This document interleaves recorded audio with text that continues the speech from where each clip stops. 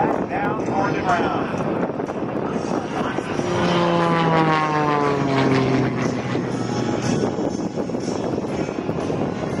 Goes to the outside tumble.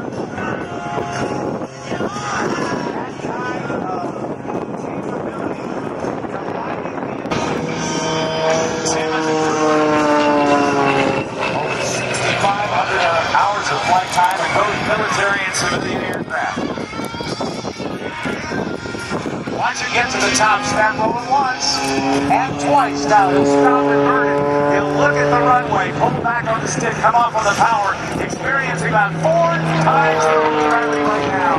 The double snap roll on top of the loop is called an avalanche. He flies this pitch right to the edge of the envelope and a bit beyond it.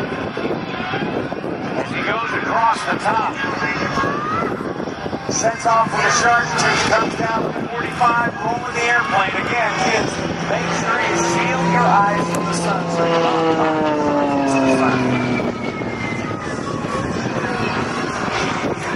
Tim started his aviation career by earning his private pilot's license in 1985. And in 1988, he graduated from the Ohio State University. The winner of the International Council of Airshow's Dick Schramm Memorial Community Relations Award. Now let's watch this slow down. This comes up. Watch it gently. Holds this gun very fast. Running it down to the slow is about 15 miles an hour across the ground. Watch the nose keep coming out. Look at that. Hanging it on the front. Almost gets there. Let's give it up for Sandra. Oh, boy.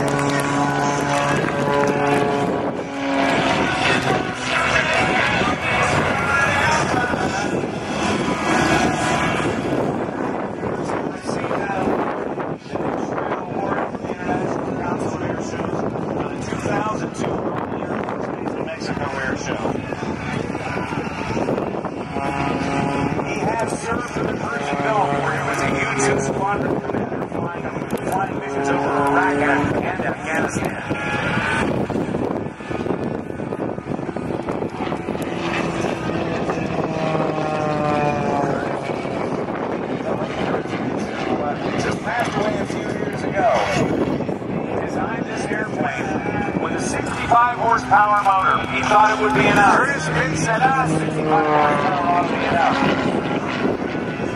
But the pilots who flew it wanted more power, so it could do these remarkable aerobatic maneuvers.